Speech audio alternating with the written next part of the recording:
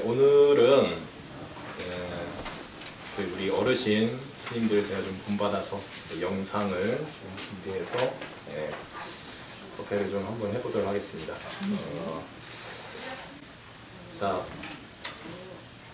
저희가 우리들이 사람과 사람 사이에서 뭐 동물도 마찬가지겠지만 살아있는 생명이 소통을 하기 위해서는 이제 언어라는 것이 필요하죠. 우리가 언어라는 것을 통해서 우리는 사람과 사람들이 커뮤니케이션 할 수 있고 소통할 수 있는 그런 장들이 이렇게 마련이 됩니다. 그리고 그 언어를 우리들이 표현하는 방법 가운데 하나가 이제 문자를 만드는 겁니다. 그래서 문자를 가지고서 지금 더 많은 사람들과 아니면 더 넓은 사람들과 함께 우리는 대화할 수 있고 또 소통을 할 수 있는 기회를 더 넓게 이렇게 가져갈 수가 있게 되는 겁니다. 자, 그런데 그 언어라는 것, 그리고 문자라는 것, 그 단어라는 것들 가운데 가장 긍정적인 에너지를 가지고 있고, 그리고 가장 사람들에게 기분 좋은 의미를 전달할 수 있는 단어가 아마 이 단어가 아닐까 싶습니다. 러브라는 단어, 사랑이라는 단어를 사랑한다라는 표현. 이것은 아마 각자마다 다 자기가 좋아하는 말이 다 다를 수 있고, 그리고 또 싫어하는 말들이 다 다를 수 있겠지만 보편적으로 봤을 때 이 단어는 싫어하는 사람은 없겠죠. 다 이런 말들 듣고 싶어하고, 그리고 또 미국 사람은 또 이런 말, 러브라는 표현, 사랑한다는 표현을 끊임없이 이렇게 많이 하더라고요. 한국 사람 같은 경우는 좀 부끄러워가지고 사랑한다는 표현에 대해서 좀 인색한 모습들이 좀 있겠지만, 아무튼 이 단어는 우리들이 생각했을 때 그래도 가장 긍정적인 의미, 가장 행복을 느끼게 하는 단어 가운데 가장 최고의 단어가 아닌가라는 생각을 해봅니다. 그리고 우리들이 이 단어도 많이 쓰죠. like라는 표현. 그건 좋아한다라는 의미가 되는 거죠, 보통. 그래서 like라는 단어를 love라는 단어와 함께 그래도 사람들을 좀 기분 좋게 여길 수 있게 하는 단어로서 좀 많이 이렇게 사용을 합니다. 자, 그런데 이 단어가 어떤 차이가 있을까요? 혹시 love라는 것과 like라는 단어, 혹시 그 차이점을 아시는 분 계십니까? 역시 모르시죠? 네. 자, 그림을 하나 좀 보여드릴게요. 이거 어떤 그림이죠? 등산을 하는 등산. 네, 사람들이 산을 많이 찾죠. 여기서도 보면은 주말마다 등산 가시는 분들 되게 많은 것 같고, 한국에서도 마찬가지인데, 산을 참 이제 사랑하시는 분들은 저 위에 가면 또 맑은 기운을 얻고 또 좋은 기운을 이렇게 받아오신다 그럽니다. 자, 이 사람들은 산을 사랑하는 걸까요? 좋아하는 걸까요? 둘 다일까요? 자, 다음 그림 하나 보여드리겠습니다. 뭐 하시는 그림일까요? 네. 광부입니다. 광부. 네. 채굴을 산속에서 하시는 분들입니다. 자, 이분들은 산을 사랑하시는 분들일까요? 좋아하시는 분들일까요? 이분들이 산을 좋아한다고 얘기할 수는 있을 겁니다. 왜냐하면 저것이 돈벌이가 되니까. 그리고 커다란 나에게 이익을 가져다 줄 수 있는 일이 될 수 있으니까. 네, 이분들이 과연 산을 사랑한다고 얘기할 수 있을까요? 자, 이분들은 어부죠. 이분들은 물고기를 잡는 일을 하시는 분들입니다. 자, 이분들은 참 물고기를 좋아하시죠. 저것을 통해 가지고 나에게 분명한 이익을 얻을 수 있으니까 저분들은 저것이 생업이 되고, 그리고 반드시 해야 되는 일이 될 겁니다. 반드시 좋아하지만 물고기를 과연 이분들이 물고기 사랑한다고 얘기할 수는 없을 겁니다. 이 단어의 차이가 무엇인지는 아시겠죠? 이제 우리들이 흔히 같은 의미로 사용하는 love라는 단어와 like라는 단어들은 사실은 엄밀하게 보자면 같은 의미라기보다는 반대의 의미를 가지고 있는 그런 단어라고 아시는 보통들 이렇게 얘기들 합니다.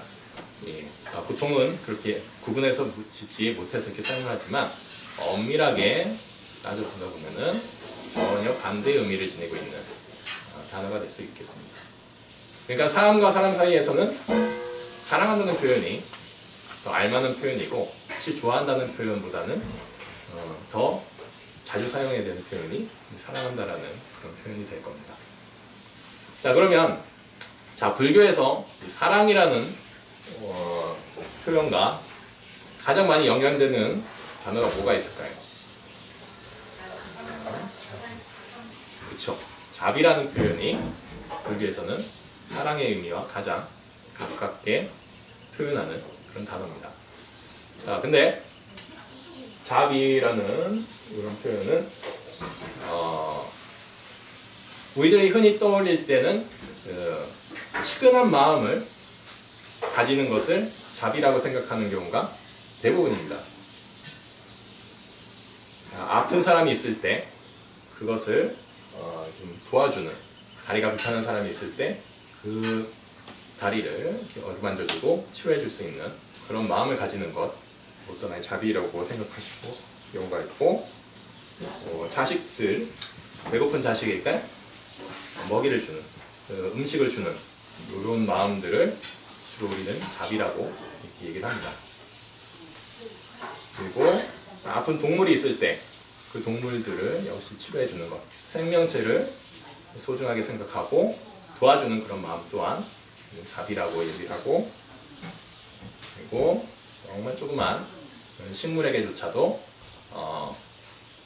물을 줄 수 있는 그 뭔가 조금이라도 베풀어주고 싶은 그런 마음을 가지는 것도 역시 자비라고 이렇게 얘기를 합니다. 가장 큰 자비는 부처님이 가르침을 불교의 입장에서 가장 큰 자비라면은 법을 전해주는 것을 가장 큰 자비라고 얘기할 수 있을 겁니다. 자, 그런데 다 이런 표현들, 다 자비에 우리들이 자비를 표현하는 생각하는 그런 모습들이 다 틀린 얘기들은 아닙니다. 다 맞는 얘기일 수도 있습니다. 다 맞는 얘기라고 말할 수 있을 겁니다. 그런데 우리들은 불교적인 의미에서 자비라는 것을 조금은 더 명확하게, 적어도 글자 안에서, 적어도 경전 안에서 보여지는 모습에서 자비를 어떻게 해석하는지도 여러분들은 아실 필요가 있다고 생각이 드는데, 자, 자비라는 이 두 글자, 이 두 글자에 마음 심자만 한번 빼고 한번 보겠습니다. 자, 요 자가 무슨 자냐면 사랑자라고 이렇게 얘기도 하지만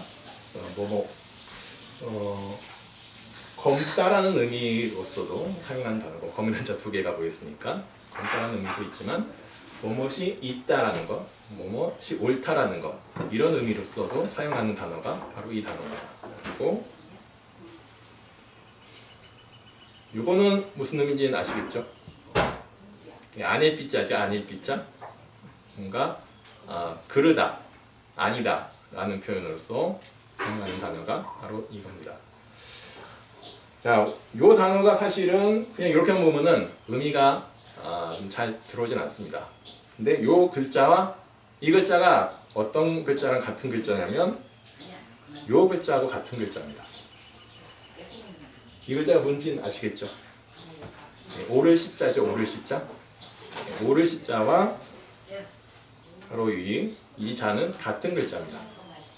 이렇게 되면은 조금은 더 의미를 명확하게 자비를 이해할 수가 있습니다. 옳고 그름을 정확하게 분별할 줄 아는 마음이 바로 자비라는 겁니다. 그러니까 우리들 흔히들 얘기하는 게 분별의 심을 내지 말라 라고 얘기했을 때 그 옳고 그름을 시비 걸지 말고 따지지 말라라는 것. 이 시비라는 글자죠. 시비. 예, 옳고 그름을 따지지 말라고 이렇게 얘기를 하지만 정확한 의미에서의 자비라는 것은 무엇이 옳고 무엇이 그른지, 무엇이 맞는 거고 무엇이 틀린 건지를 명확하게 얘기해 줄 줄 아는 마음을 바로 이 자비라고 얘기를 하는 겁니다. 왜냐면 그것이 분별심을 내지 말라고 했을 때는 함부로 옳고 그름을 내 스스로가 판단하지 말라는 겁니다. 내 스스로가 판단을 해서 그것이 옳다라고 얘기하지 말고 그것이 나쁘다라고 얘기하지 말고 스승이 있다면 무엇이 옳고 그른지를 물어보고서 판단을 하고 그리고 그것이 안 된다면은 여러 사람들과 여러 대중들이 원하는 무엇이 여러 대중들과 함께 의견을 나눠서 무엇이 옳고 그른지를 판단할 줄 아는 것. 이것이 바로 자비라는 겁니다.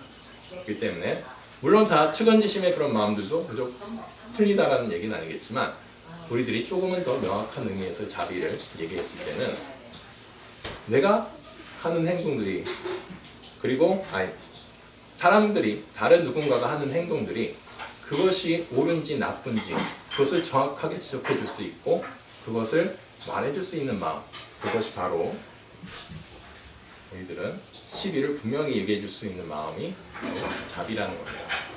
그러니까 여러분들도 그냥 분별심을 내지 말라고 해서 시비를 아예 따지지 말라고 해서 그것을 아예 의견조차 내지 않고 그냥 마음속으로 삭히기보다는 그것이 무엇이 옳은지는 반드시 한번 얘기를 해줄 수 있고 그리고 무엇이 나쁜지는 또 반드시 또 얘기해 줄 줄 아는 그런 마음을 가져주시는 것이 오히려 불교적인 자비를 더 잘 실천할 수 있는 그런 마음이라는 것을 우리들은 글자라는 그러면 이해를 해주시면 고맙겠습니다. 자, 이제 처음으로 한번 돌아가겠습니다. 제가 사랑에 대한 얘기를 했습니다. 이 사랑이라는 표현도 사실 불교에서 나온 말입니다. 사량분별이라는 표현이 있습니다. 이것은 사량분별에서 앞에 두자 사량 여기에서 나온 표현이 바로 이 사랑이라는 표현입니다. 이것은 이제 생각을 헤아려서 아는 겁니다. 그러니까 사랑 분별이라고 했을 때는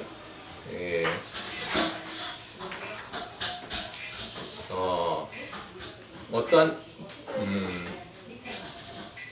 연기법의 이치를 제대로 헤아리지 못하는 것, 제대로 헤아리는 것, 이것을 이제 사량 분별이라고 얘기를 하는데 바로 이 두 글자 앞에 이제 사자성어 앞에 나오는 이 사량, 그러니까 헤아려서 아는 겁니다.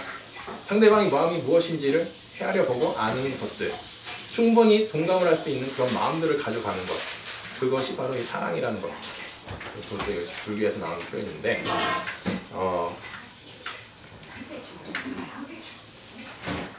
자, 우리들이 이 말을 한번 보면은 선문답의 가장 기본적인 표현인데 개에게도 좀 불성이 있습니까? 라고 물어봤을 때 여기 같은 데서는 그냥 그 개한테 물어보라고 얘기를 하는데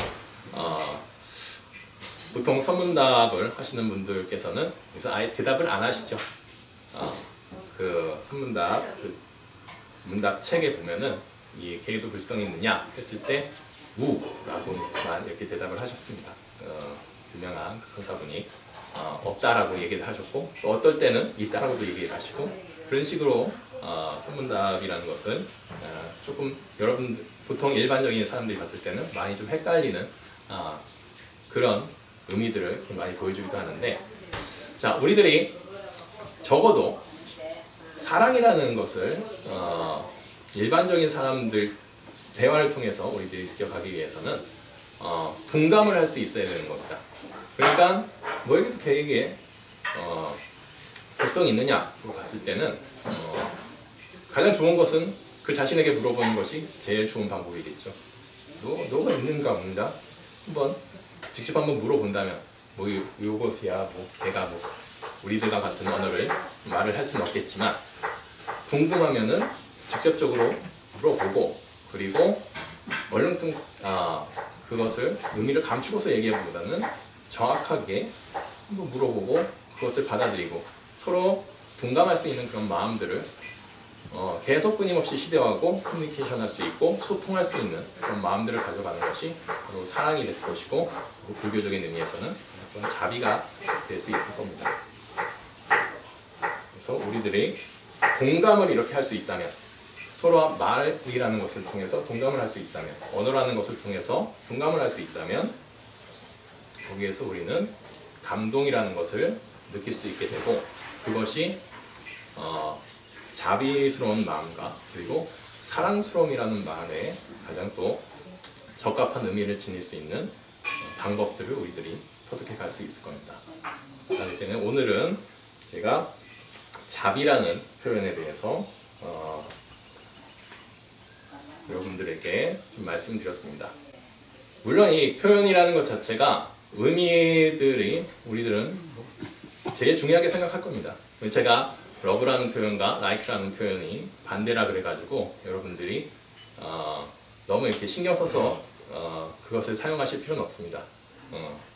또 좋아한다는 표현을 사용하면 안 된다 그래가지고 너무 사랑한다는 표현만 남발하시면은 그것도 또한 이게 지겨워질 수 있고, 그리고 우리 어린애들 할머니들이 우리 자식 손주들 보면은 손주 새끼들, 우리 강아지들 이렇게라도 표현을 하는데 다 그 표현들도 다 사랑스러움의 표현이 될 수 있는 겁니다. 그 의미들은 충분히 공감할 수 있고 동감할 수 있기 때문에 너무 이 언어에만 이렇게 집착하실 필요는 사실은 없을 겁니다.